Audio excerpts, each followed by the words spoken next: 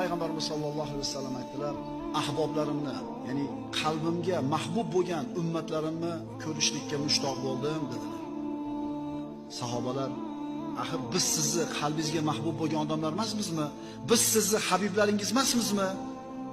Rostla aytdilar, sizlar meni ashoblarimsizlar, ham suhbatlarimsizlar. Mening mahbublarim, mening ahboblarim oxir zamonda kelishadi. Ulardan dinni mahkam ushlagan odam xuddi cho'g'ni ushlagan odamdek bo'lib qoladi. Ularning ajri 70 ta odamning ajrichalik bo'ladi. Sahobalar, ularning 70 tasining ajri bizni bittamiz ajrimizchalik bo'ladimi? Yoki ularning bittasining ajri bizni sahobalarning 70 tamiz ajrimizchalik bo'ladimi? Deganida, ularning bittasining ajri sizlarning 70 talarda ajri bilan teng bo'ladi. Nimaga deb so'rash sahobalar. Aytdilarki, chunki sizlar haqning ustida yordamchilar bor. Men turibman